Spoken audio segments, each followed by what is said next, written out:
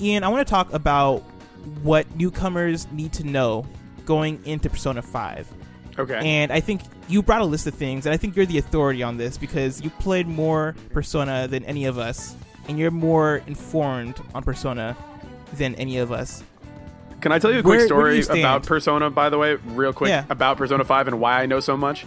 I was going through some of my stuff because if people listen to the show, they know that I bought the Japanese copy for my girlfriend, and she was playing it, and I bought her a bunch of guides because she loves video game guides, because she gets stressed out if she feels like she's not doing the right thing.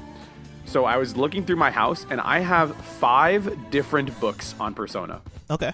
I have 2 separate guides, like official guides. I have 2 art books, and then I have like 10 folders. I have like so much stuff in this apartment that is dedicated to Persona 5. And you've only like gotten into Persona like last year because you played Persona 4 Golden in 2016. Yeah. And already you own like friggin' novels regarding Persona. But anyway, back to what you were saying.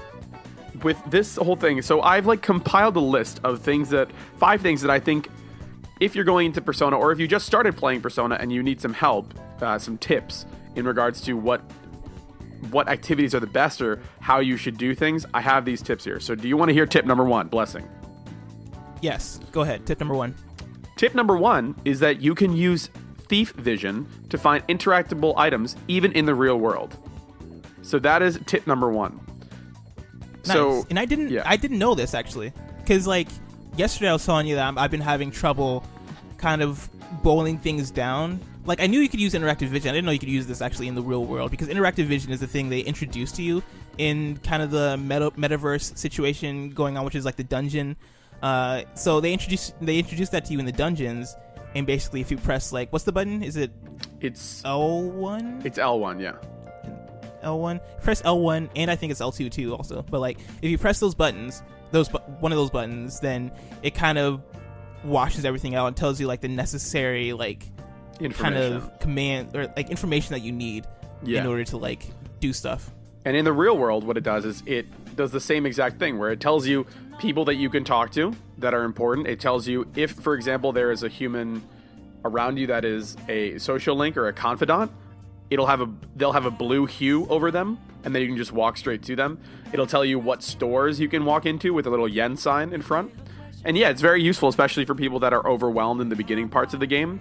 Like if they can't find something, or they can't find an entrance, or they can't find like, oh wait, where's that shop? They can look at the map, but sometimes the map is a little bit difficult. So use the thief vision in the real world to find some things if you can't find it. That's my first tip.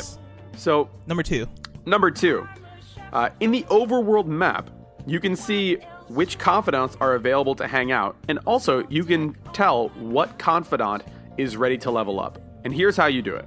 So when you're using your fast travel, when you press R1 and you go to the overworld map that has these stations on it. So for example, you would have Yongenjaya, Shibuya, and the Shujin Academy. If you press square on each of those fast travel locations, it'll tell you every available confidant in that area. Yeah.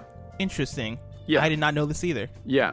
And what I didn't know until yesterday is that if you do that while your Arcana is ready to level up, your confidant is ready to level up, it'll tell you with text, it'll say level up. So for example, if you're like kind of confused about what to do that day, you don't really know, like, I don't want to go to the library today, and I don't have anything to do. You can check that, and you can say, oh well, my the doctor confidant is ready to level up, so I'll go level up with her. Mm-hmm. And I think it's a super helpful tip. Usually, like when you talk to them, the way I've been telling if I'm able to level up is by like I'll talk to them and it'll say like I feel like I'm about to grow closer to this person, which I assume is like another way you could do that. I didn't know you could do it that way though. So that's actually pretty good to know. Yeah. So then number 3 is one that is mentioned in the game, but I have a little small caveat to it. So always have a persona before hanging out with a confidant. And what I mean is have the persona that relates to that confidant. Nice. Now, yeah. So for people who aren't familiar with Persona, basically like you collect Persona like almost like you collect Pokemon in a Pokemon game. Exactly. And essentially like your real world relationships, since the game is kind of divided into these 2 parts. You have the dungeon parts, then you have like the real world part where you kind of schedule out your day and go to school and do like real world things. And so you're saying that the personas you collect, of course, are affected by the confidants that you have in real life. And you're saying have the correct persona when you're talking to the specific confidants. Yeah, because when you're leveling up the confidants, the thing is that all these things are related to points.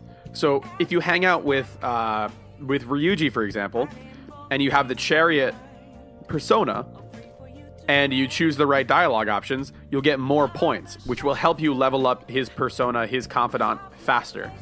But if you don't have that related persona, your relationship will grow slower, which will then force you to spend more time with him on another day, which will then waste your time. Huh. Yeah. Cool. Yeah. Again, this is all based on like point value. So for example, if you need 5 points to level up to a different level of confidant, like social link level, if you have the persona, it'll give you 1 more point. But if you don't have that, then you'll be removed 1 point. Interesting. Okay. Yeah. So it just speeds up the process. So here is tip 4, and tip 4 is kind of related to tip 3. So I told you just now that you want to have these personas that are related to the arcana that you're going to hang out with. So if you didn't already know, you can go to the Velvet Room and you can go to the Compendium and you can actually revive persona that you've had in the past.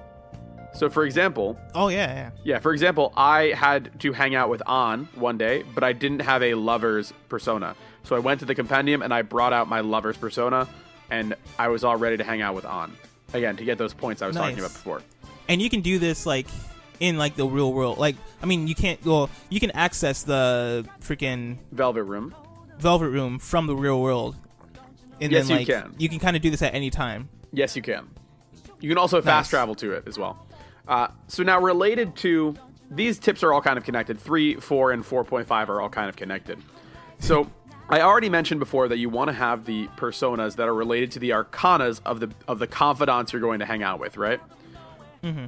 But the thing is, there are some arcanas that you don't need to do this for. And here's the reason why. The reason why is that these characters, their personas, their confidant level, they level up with story progression or by completing a certain task. So you're not actually accruing those points by hanging out with them.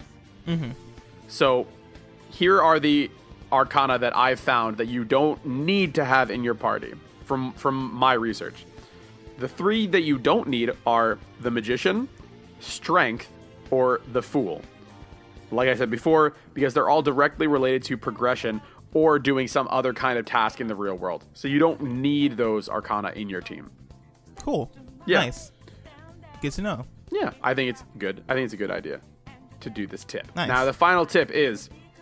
So these are a little bit more specific, and these are a little bit more connected to like specific days, and you'll understand why when I say it. So tip number 5, and it's the last tip I got for you, is these 3 locations that I think are super essential.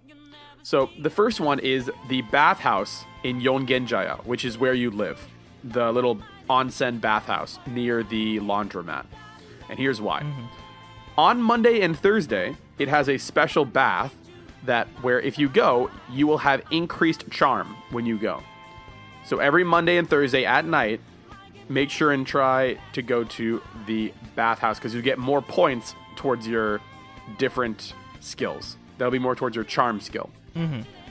So then, now part 2 of this is on Sunday, go to the drink stand in Shibuya and buy whatever they're selling from the drink stand. Because even though it's really pricey, it gives you 1 point in a random stat.